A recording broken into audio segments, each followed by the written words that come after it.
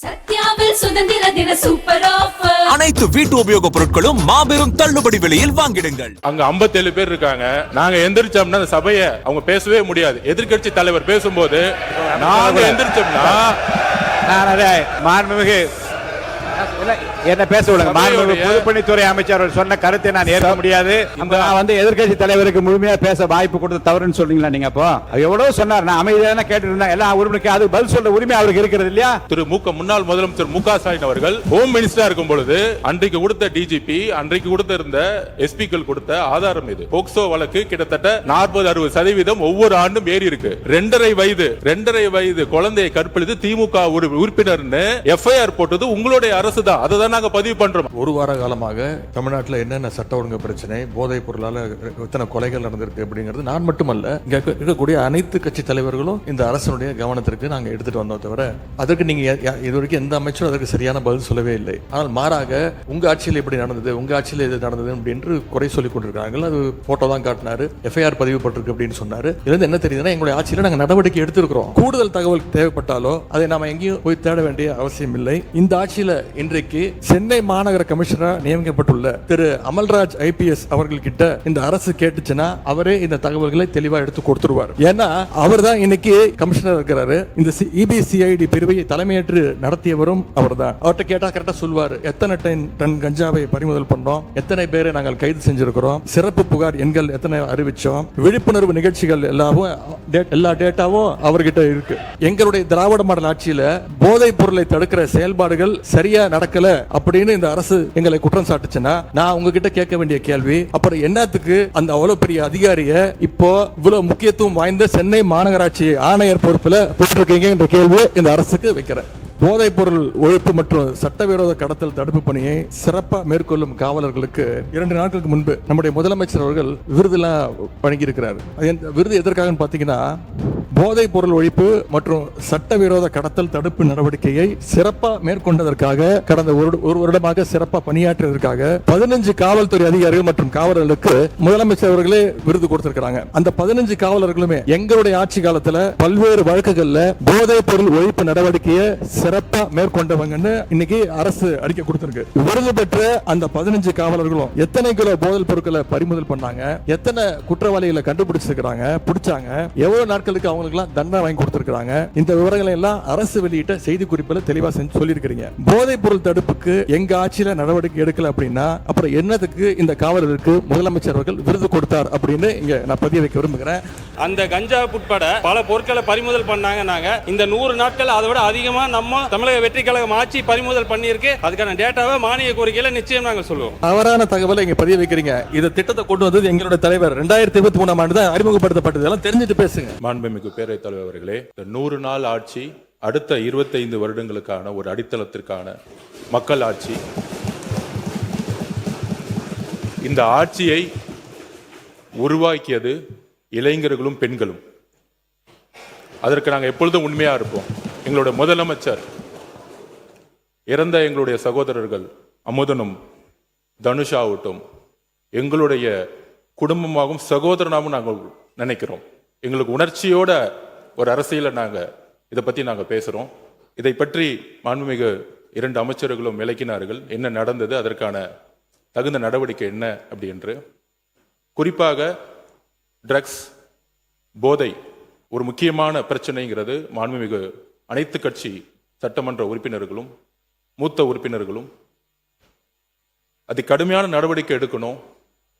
காவல்துறை உடைய அறிக்கையை மட்டும் நீங்கள் நம்பாதீங்க அப்படிங்கிறத பதிவு பண்ணாரு.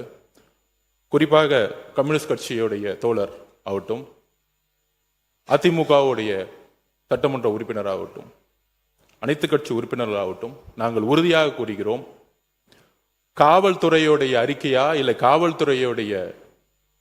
காவல்துறையா இல்லை இறந்த சகோதரியின் தாய்னா எங்க முதலமைச்சர் ஒரு தாய் பக்கம் தான் நிற்பார். உறுதியாக சொல்றோம். விசாரணையில் எந்த விதமான அழுத்தங்களும் இந்த ஆட்சியில் எப்பொழுதும் ஏற்படாது. அரசியல் அழுத்தமா இருக்கட்டும்.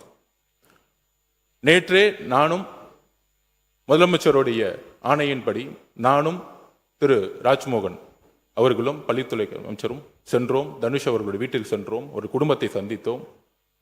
4 கோரிக்கை வச்சாங்க. கிட்டத்தட்ட 12 பேர் கைது செய்யப்பட்டிருக்கீங்க. இன்னும் சில பேர் இதில் இருக்காங்கன்னு சொல்ல உடனடியாக முதலமைச்சரோட கவனத்துக்கு சொன்ன விசாரணை நடந்துகிட்டு இருக்கு. இறந்த தனுஷோடைய அடக்கம் இடத்துல ஒரு கல்லறை வேணும்னு சொன்னோம்.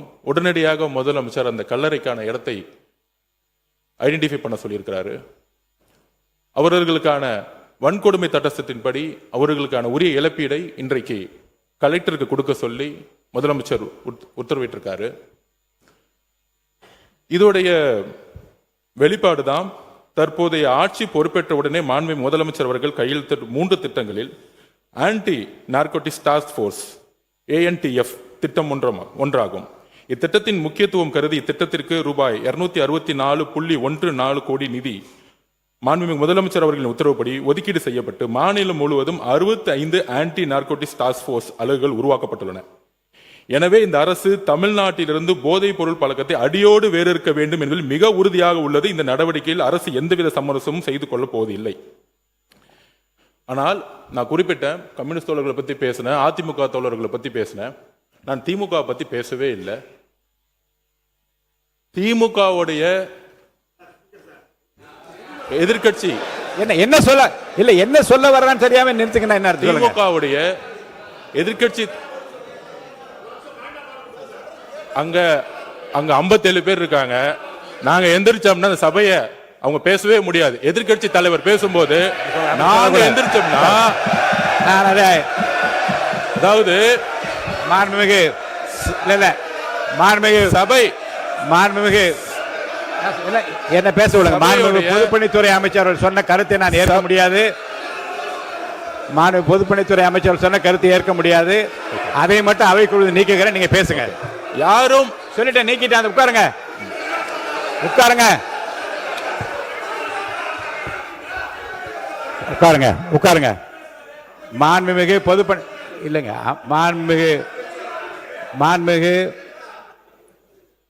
மாண்புமிகு பொதுப்பணித்துறை அமைச்சர்கள் கடைசியில் கூறிய வாசகம் மற்றும் நீக்கப்பட்டு சொல்லிவிட்டேன்.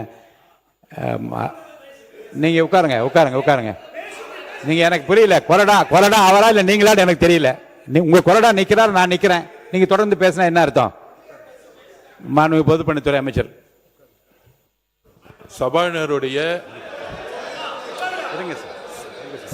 சபாநாயகருடைய உத்தரவுக்கு நாங்கள் கட்டுப்படுறோம். நாங்கள் சொல்ல வந்ததுன்னா எதிர்கட்சி தலைவர் பேசும்போது அரசின் மீது பல்வேறு குற்றச்சாட்டுகள் வைத்தார். நாங்கள் ரொம்ப அமைதியா இருந்தோம். ஒரு குரல் கூட நாங்கள் பேசல. ஆனால் ஒரு ஜனநாயகப்படி எங்களுடைய கருத்துக்களை கேட்க வேண்டும். அதற்கு எதிர்கட்சி தலைவராக இருக்கும் கொறடாவும் அதுக்கு ஒரு ஆணையிடணும். நாங்க எந்திரிச்சு பேசும்போது குரல் கொடுக்கிறது அவைக்கு உடைய மரபு மீறிய செயல்ங்கிறத நான் திருப்பி பதிவு பண்றேன். அப்ப ஆதாரத்துடன் பேசுறேன். இப்பொழுது எதிர்கட்சி தலைவராக இருந்தவர் அன்றைக்கு டெப்டி சிஎம் இருந்தாரு. திமுக ஆட்சியுடைய இந்த போதை பழக்க வழக்கம் இந்த 100 நாள் ஏற்படுத்த முடியாது. இந்த போதை பழக்க வழக்கம் நாங்கள் திருப்பியும் பதிவு பண்றோம். 2020 வரைக்கும் 2020க்கு முன்பு தமிழ்நாட்டில் போதை கலாச்சாரம் இல்லை, உறுதியாக நாங்கள் கூறுகிறோம். ஆனால் இந்த கலாச்சாரம் எங்க ஆதாரம் இங்க இருக்கு. ஆதாரம் ஒரு பேச விட சொல்லுங்க. தைரியம் இருந்தால் என்ன பேச சொல்ல விடுங்க. பேசுங்க பேசுங்க. உண்மை இருந்தால் அமைதியா இருக்கணும். உண்மையற்றவர்கள் தான் சவுண்ட் கொடுப்பாங்க. உண்மை இல்லைன்னா பயம் எந்திரிச்சு கத்த ஆரம்பிச்சிருவாங்க. எங்க பக்கம் உண்மை இருக்கு, என்கிட்ட உண்மை இருக்கு. ஒரு போதை கலாச்சாரம் தமிழ்நாட்டில் அதிகமா உருவாச்சுன்னா எங்க முதல்ல பிரச்சனை வரும்னா குழந்தைகள் மீது பாலியல் வன்கொடுமை உருவாக்கப்படும். போதை கலாச்சாரம் உருவாகும் பொழுது குழந்தைகள் மீது பாலியல் வன்கொடுமை அதிகமாகும். இதுதான் ரெண்டுத்துக்கான நெருக்கம்.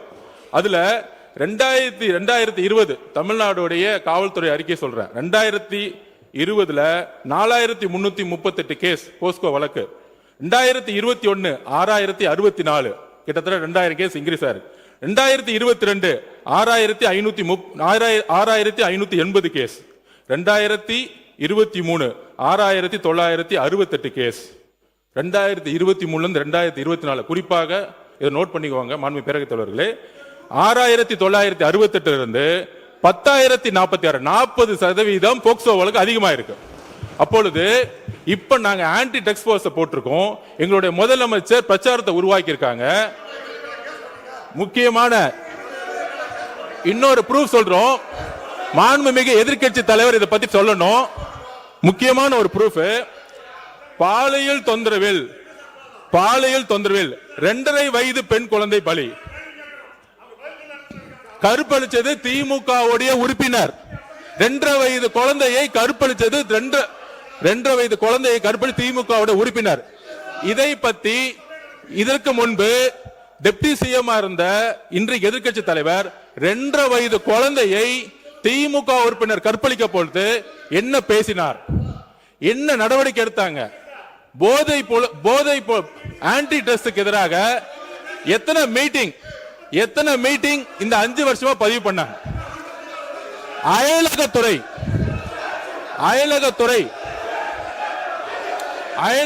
என்பது உட்காருங்க, நீங்க உட்காருங்க.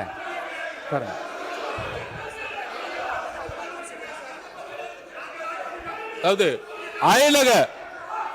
யாராவது அயலகத்துறை என்பது உட்காருங்க. நீங்க உட்கார சொல்லுங்க. மாண்புமிகு அவர் பேசி முடிக்கட்டும். மாண்புமிகு பொதுப்பணித்துறை அமைச்சர் அவர்கள் நீங்க உட்காருங்க. நீங்க உட்காருங்க. மாண்புமிகு பொதுப்பணித்துறை அமைச்சர் வரிசையாக வகைப்படுத்தி சில ஆதாரங்களை கொடுக்கிறார்.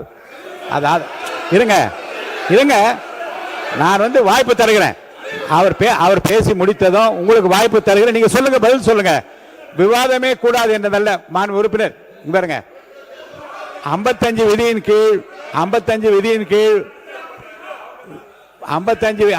விதியின் கீழே கருத்து சொல்வதற்கு நான் அனுமதி அளித்திருக்கிறேன். அவர் கருத்து சொல்றாரு. அதுல மாறுபட்ட கருத்து இருந்தா உங்களுக்கு நான் அனுமதி தரேன். நீங்க பதில் சொல்லுங்க. உட்காருங்க. பொதுப்பணித்துறை முடிச்சிருங்க. பொதுப்பணித்துறை அமைச்சர் முடிங்க. அடுத்து உங்களுக்கு தரப்போற. உட்காருங்க. நீங்க கொடுங்க. இருக்க விதிப்படி தான் நடத்துறேன். நீங்க வாங்க. நீங்க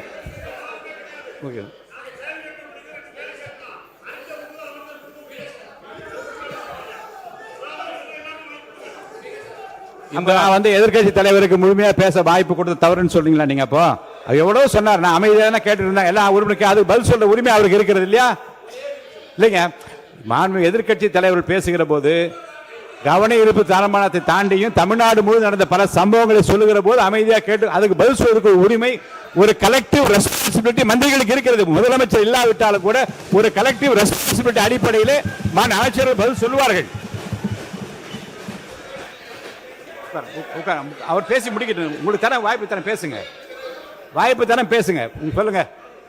மாண்புமிகு பேரவைத் தலைவர்களே, இந்த ஆதாரங்கள் எல்லாம் திமுக ஆட்சியில் போலீஸ் கொடுத்த அறிக்கை. இது தமிழக வெற்றி கழகத்தோட அறிக்கை கிடையாது.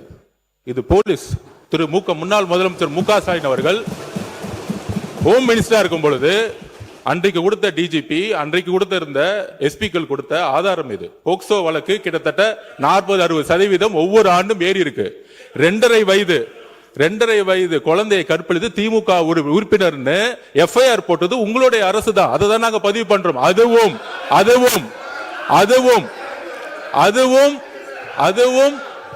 அதுவும் மக்களுடைய பிரஷருக்கு வந்த பிறகு அந்த நடவடிக்கை எடுத்தாங்க. அதனால இந்த போதை பழக்க வழக்கம்ங்கிறது 100 நாட்கள் உருவாக்கல. இதை அடித்தளத்தில் உருவாக்குனதே திமுக தான். அதனால்தான் மக்கள் உங்களை தூக்கி எறிஞ்சிருக்காங்க. உங்களுடைய தோல்விக்கான காரணம் போதை பழக்க வழக்கம். இதை நாங்கள் உறுதியாக இங்க பதிவு பண்ணிக்கிறோம். எங்களுடைய தலைவர் ஆட்சியில் உறுதியாக அரசியல் தலையீடு இல்லாமல் யாராக இருந்தாலும் கடுமையான கைது நடவடிக்கை எடுக்கப்படும் என்கிறதை நாங்கள் இங்கு உறுதி கொடுக்கிறோம்.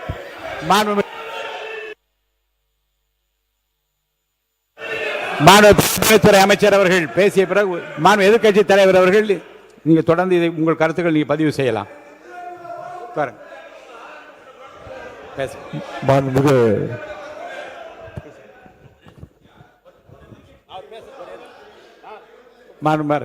மாண்பு உறுப்பினர், மாண்புமிகு பேரவைத் தலைவர்களே, இந்த மாமன்றத்தில் நீங்கள் ஒரு மூத்த உறுப்பினராக இருந்தால் பேரவைத் தலைவராக வந்திருக்கிறது. விதிகள்லாம் உங்களுக்கெல்லாம் தெரியும். கேள்வி நேரத்திலும் சரி, கவன ஈர்ப்பு தீர்மானத்தில் குற்றச்சாட்டு சொல்லக்கூடாது என்பது நீங்கள் அடித்து கொடுத்திருக்க புத்தகத்திலே இருக்கிறது.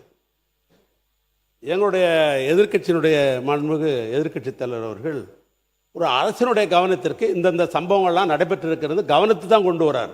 இல்லைங்க, கவனத்தில் குறிப்பிட்டிருக்கிற விஷயத்தை பற்றி மட்டும் தான் பேச அனுமதியை தவிர தமிழ்நாடு முழுவதும் சம்பவங்களை வரிசைப்படுத்துகிற போது பதில் சொல்ற உரிமை நான் உங்களுக்கு தரணுமா இல்லையா? ஒரே நிமிஷம். ஆனால் எங்கள் ஒன்னே குற்றச்சாட்டு சொல்லக்கூடாது, விதி புஸ்தகத்தில் தான் சொல்றேன். அவர் ஒரு கவனத்துக்கு கொண்டு வர்றார். காவல்துறையில் நாங்கள் ஒரு கேள்வி கேட்டு அப்பொழுது அமைச்சர் அவர்கள் பதில் கூட சொல்லலாம். ஆனால் கவன ஈர்ப்பு தீர்மானத்திலோ அல்லது ஒத்திவைப்பு தீர்மானத்தில் அரசாங்கம் விளக்கம் தான் தரணும் மொழியை நான் கேட்குற கேள்விக்கு நீங்கள் சொல்கிறோம், நாங்கள் எதிர்குற்றச்சாட்டு சொல்கிறோம் அப்படி என்பது இது வரைக்கும் விதி மரபுகள் அல்ல. அதை நீங்கள் கடைபிடிக்கணும்னு நான் கேட்டுக்கொள்கிறேன். இப்போ நம்முடைய பொதுப்பணித்துறை அமைச்சர் சொன்னதற்கு எங்களுடைய எதிர்க்கட்சி தலைவர் அவர்கள் இப்பொழுது பதில் சொல்வார். மாண்புமிகு எதிர்க்கட்சி தலைவர்கள். மாண்புமிகு பேரவைத் தலைவர் அவர்களே, கடந்த ஒரு வார காலமாக தமிழ்நாட்டில் என்னென்ன சட்ட ஒழுங்கு பிரச்சனை, போதைப் பொருளால் எத்தனை கொலைகள் நடந்திருக்கு அப்படிங்கிறது நான் மட்டுமல்ல, இங்கே இருக்கக்கூடிய அனைத்து கட்சி தலைவர்களும் இந்த அரசனுடைய கவனத்திற்கு நாங்கள் எடுத்துகிட்டு வந்தோம். தவிர அதற்கு நீங்கள் இது வரைக்கும் எந்த அமைச்சரும் அதற்கு சரியான பதில் சொல்லவே இல்லை. ஆனால் மாறாக உங்கள் ஆட்சியில் எப்படி நடந்தது, உங்கள் ஆட்சியில் எது நடந்தது அப்படின்று குறை சொல்லி கொண்டிருக்கிறார்கள். அது ஃபோட்டோ தான் காட்டினார், எஃப்ஐஆர் பதிவு பட்டிருக்கு அப்படின்னு சொன்னார். இதுலேருந்து என்ன தெரியுதுன்னா, எங்களுடைய ஆட்சியில் நாங்கள் நடவடிக்கை எடுத்திருக்கிறோம், நடவடிக்கை எடுக்கப்பட்டிருக்கு எங்களுடைய ஆட்சியில். நாங்கள் கேட்கறது ஏன் உங்கள் ஆட்சி நடவடிக்கை எடுக்க மாட்டேங்கிறீங்க அப்படிங்கிறத நாங்கள் கேட்குறோம். அவர் ஒரு ஃபோட்டோ காட்டுறாரு, பேசி முடிக்கட்டும். அமைச்சர் அவர்கள் ஒரு ஃபோட்டோவை காட்டினாரு. இன்னொரு வீடியோ ஒன்று இருக்கு, அது எல்லாருமே பார்த்தாங்க, ஒட்டுமொத்த இந்தியாவே பார்த்துச்சு, உலகம் முழுக்க பார்த்தாங்க. இருக்கக்கூடிய அமைச்சர் ஒருத்தர் போதைப் பொருள் பவுடராக நுணுக்கி அதை என்ன பண்ணாருங்கிறத விளக்கம் கொடுத்துட்டார். போதும், அது விளக்கம் கொடுத்துட்டார், முடிஞ்சு போச்சு. அதை பற்றி பேச வேணாம். அவைக்குள்ள அதை மட்டும் நீக்கி விடுகிறேன். நீங்க பதில் சொல்லியாச்சு, உட்காருங்க. திரும்ப அதை பற்றி பேச வேண்டாம். கடந்த அவங்க திருப்பி குற்றச்சாட்டு வைக்கும்போது நாங்கள் அதை குற்றச்சாட்டு வைக்குவோம். அது மட்டும் இல்லை, கடந்த 5 ஆண்டுகளாக போதைப் பொருட்களை ஒழிக்க நாங்கள் எங்களுடைய தலைவர், எங்களுடைய முதலமைச்சர் சரியான நடவடிக்கை எடுக்கவில்லை என்ற ஒரு கருத்து இங்கே வைக்கப்படுகிறது. அது தொடர்பாக சில கருத்துக்களை இங்கே நான் கூற விரும்புகின்றேன். ஆட்சிக்கு வந்த ஒரே ஆண்டில் எங்களுடைய தலைவர் அவர்கள் போதைப் பொருள் இல்லா தமிழ்நாடு என்ற இலக்கோடு மதுவிலக்கு அமலாக்கத்துறையையும் நார்காட்டிக்ஸ் இன்டெலிஜென்ஸ் பியூரோ சிஐடி என்ற இரு பிரிவுகளை ஒன்றிணைச்சு இபிசிஐடி என்ற புதிய பிரிவை உருவாக்கினவர் எங்களுடைய தலைவர் திரு முத்துவேல் கருணாநிதி ஸ்டாலின், அன்றைய முதலமைச்சர் அவர்கள்.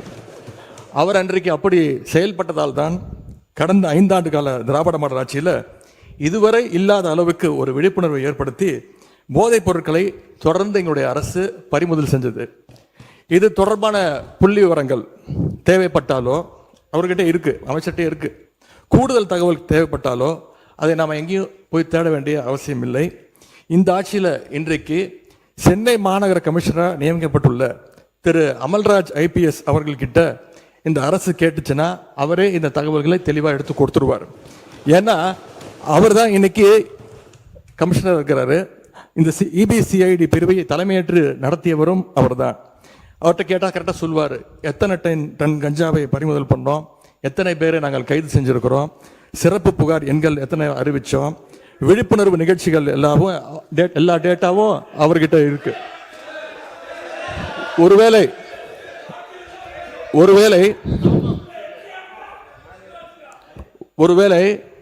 எங்களுடைய திராவிட மாடல் ஆட்சியில் போதைப் பொருளை தடுக்கிற செயல்பாடுகள் சரியா நடக்கல அப்படின்னு இந்த அரசு எங்களை குற்றம் சாட்டுச்சுன்னா நான் உங்ககிட்ட கேட்க வேண்டிய கேள்வி, அப்புறம் என்னத்துக்கு அந்த அவ்வளவு பெரிய அதிகாரிய இப்போ இவ்வளவு முக்கியத்துவம் வாய்ந்த சென்னை மாநகராட்சி ஆணையர் பொறுப்புல போட்டிருக்கீங்க என்ற கேள்வியை இந்த அரசுக்கு வைக்கிறேன்.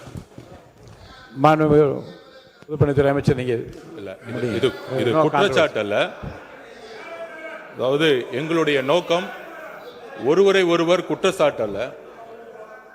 போதை பழக்க வழக்கம் தமிழ்நாடு முழுவதும் அதிகமானதுதான். எங்களுடைய பிரச்சாரத்திலேயே ஒவ்வொருத்தருக்கும் சொல்லும் பொழுது எங்களுடைய முதலமைச்சர் நாங்களும் சொல்லும்போது பெண்கள் சொல்லியது எல்லா தெருக்களிலும் இந்த கஞ்சா பழக்கமும் ட்ரக்ஸ் பழக்கமும் அதிகமாக இருக்குது, நீங்க ஆட்சிக்கு வந்தா ஒழிச்சிடுங்கன்னு எங்களுடைய கையை பிடிச்சு சொன்னது பெண்கள். அதில் நாங்கள் உறுதியாக இருக்கிறோம் நாங்க பதிவு பண்ண. அதுல ஒரே ஒரு கேள்வி, மாண்புமிகு எதிர்க்கட்சி தலைவருக்கு நான் இன்னும் முடிக்கல, நான் முடிச்சிடறேன். நான் அவர் கேட்ட ஒரு கேள்விக்கு அவர் சொன்னாரு, ஆன்டி ட்ரக்ஸுக்கு எதிராக நாங்க வந்து தனியா வந்து நடவடிக்கை எடுத்தோன்னு, எங்களுடைய ஆட்சியில் ஆன்டி ட்ரக்ஸ் ஆன்டி நார்கட்டிக் டாஸ்க் போர்ஸுக்காக ரூபாய் 264.14 கோடி ஒதுக்கப்பட்டிருக்கு. உங்களுடைய முன்னாள் முதலமைச்சரும் சரி, நீங்கள் துணை முதலமைச்சர் இருக்கும் பொழுது இந்த போர்ஸுக்காக எத்தனை கோடி ரூபாய் நீங்க ஒதுக்கி இதற்கான பணிகளை நீங்க மேற்கொண்டீர்கள் பதிவு பண்ணுங்க. விவாதம் பேசு. உங்களுடைய ஆட்சியில் இந்த திட்டத்திற்கு என்ன பணிகள் மேற்கொள்ளப்பட்டது? ஒரு பணினா அதுக்கான பட்ஜெட் ஒதுக்கணும். எவ்வளவு பட்ஜெட் ஒதுக்குனாங்க? மாண்பு எதிர்க்கட்சி தலைவர்கள் பேசுங்க. மாண்பு எதிர்க்கட்சி தலைவர்கள். பேரவைத் தலைவர் அவர்களே, இன்னொன்னு, போதைப் பொருள் ஒழிப்பு மற்றும் சட்டவிரோத கடத்தல் தடுப்பு பணியை சிறப்பாக மேற்கொள்ளும் காவலர்களுக்கு 2 நாட்களுக்கு முன்பு நம்முடைய முதலமைச்சர் அவர்கள் விருதெல்லாம் வழங்கியிருக்கிறார். அது விருது எதற்காகன்னு பார்த்தீங்கன்னா, போதைப் பொருள் ஒழிப்பு மற்றும் சட்டவிரோத கடத்தல் தடுப்பு நடவடிக்கையை சிறப்பாக மேற்கொண்டதற்காக, கடந்த ஒரு வருடமாக சிறப்பாக பணியாற்றியதற்காக 15 காவல்துறை அதிகாரிகள் மற்றும் காவலர்களுக்கு முதலமைச்சர் அவர்களே விருது கொடுத்திருக்கிறாங்க. அந்த 15 காவலர்களுமே எங்களுடைய ஆட்சி காலத்தில் பல்வேறு வழக்குகளில் போதைப் பொருள் ஒழிப்பு நடவடிக்கையை சிறப்பாக மேற்கொண்டவங்கன்னு இன்னைக்கு அரசு அறிக்கை கொடுத்திருக்கு. விருது பெற்ற அந்த 15 காவலர்களும் எத்தனை கிலோ போதைப் பொருட்களை பறிமுதல் பண்ணாங்க, எத்தனை குற்றவாளிகளை கண்டுபிடிச்சிருக்கிறாங்க, பிடிச்சாங்க, எவ்வளவு நாட்களுக்கு அவங்களுக்குலாம் தண்டனை வாங்கி கொடுத்துருக்குறாங்க, இந்த விவரங்களை எல்லாம் அரசு வெளியிட்ட செய்தி குறிப்பில் தெளிவாக சொல்லியிருக்கிறீங்க. போதைப் பொருள் தடுப்புக்கு எங்க ஆட்சியில் நடவடிக்கை எடுக்கல அப்படின்னா அப்புறம் என்னதுக்கு இந்த காவலர்களுக்கு முதலமைச்சர் அவர்கள் விருது கொடுத்தார் அப்படின்னு இங்க நான் பதிய வைக்க விரும்புகிறேன். அதேபோல் அமைச்சர் அவர்கள் சில கேள்விகளை கேட்கிறாரு. அமைச்சர் அவர்கள் கேட்கிற கேள்விக்கு தான் நான் பதில் சொல்லணும் அப்படின்னு அடம்பிடிக்கிறாரு. இன்னைக்கு நான் நம்முடைய அனைத்து கட்சி தலைவர்கள், அத்தனை எதிர்கட்சி தலைவர்கள்லாம் இன்னைக்கு இந்த என்ன சட்டம் ஒழுங்கு சம்பந்தமா பேசிட்டு இருக்கிறோம். அந்த சம்பந்தப்பட்ட அமைச்சர் இங்க இருக்கிறாரு, அவர் ஏன் இப்ப பதில் சொல்ல மறுக்கிறாரு என்பதை நான் கேட்க விரும்புகிறேன். உறுப்பினர் ராஜேஷ் ஒரு நிமிஷம் உட்காருங்க. ராஜேஷ் என்ன உங்க தொகுதின்னு ஏதோ சொல்ல வந்தீங்க, என்ன பிரச்சனை சொல்லுங்க. மாண்புமிகு பேரவைத் தலைவர் அவர்களே, இந்த கவன ஈர்ப்பு தீர்மானமானது அமுதனை பற்றியது. அமுதன் பார்த்தீங்கன்னா சகலாபுரம் சட்டமன்ற என் தொகுதி சார்ந்த மாணவன் தான்.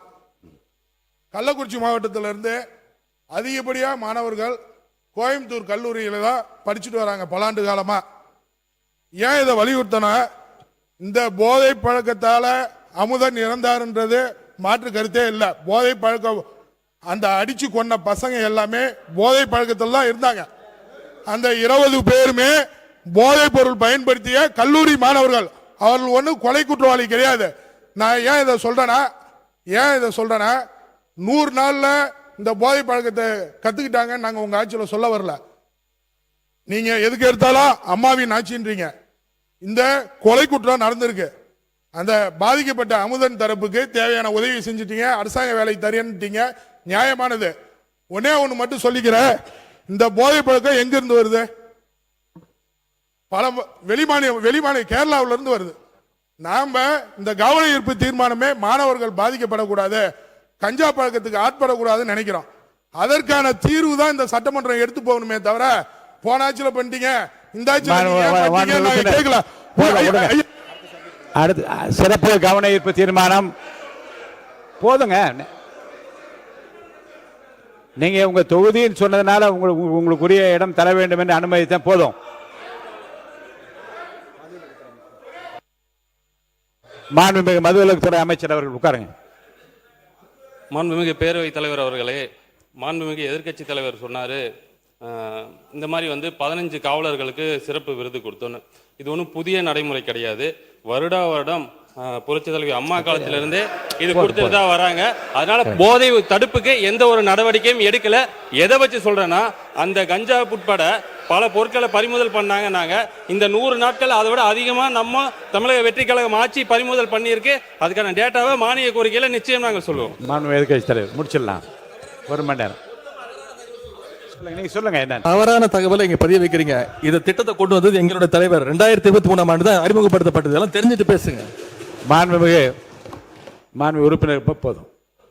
ஏறத்தாழ 1 மணி நேரம் இந்த பிரச்சனை வந்து எவ்வளவு முக்கியத்துவம் வாய்ந்தது என்பதற்காகவும் மாண்புமிகு உறுப்பினர் சொன்னாரு கேரளால இருந்து இது வந்து நிறைய சப்ளை ஆகுதுன்னு.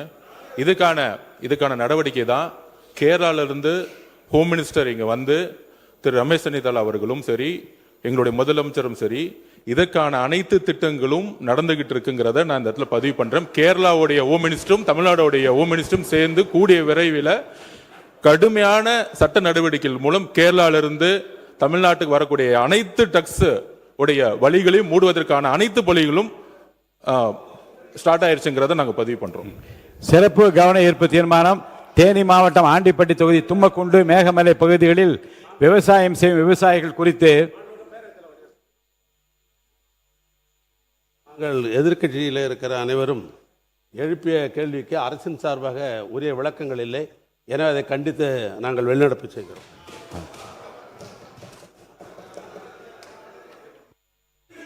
தேனி மாவட்டம் ஆண்டிப்பட்டி தொகுதி கொஞ்சம் சத்தம் போடாது போங்க. இல்லை போகலாம், கொஞ்சம் அமைதியாக போங்க. அனுப்பிக்கிறேன் போட்டோம் கொஞ்சம் அமைதியாக.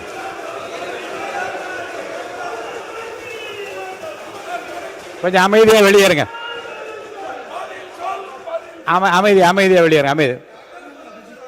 வாங்க அமைதி வாங்க.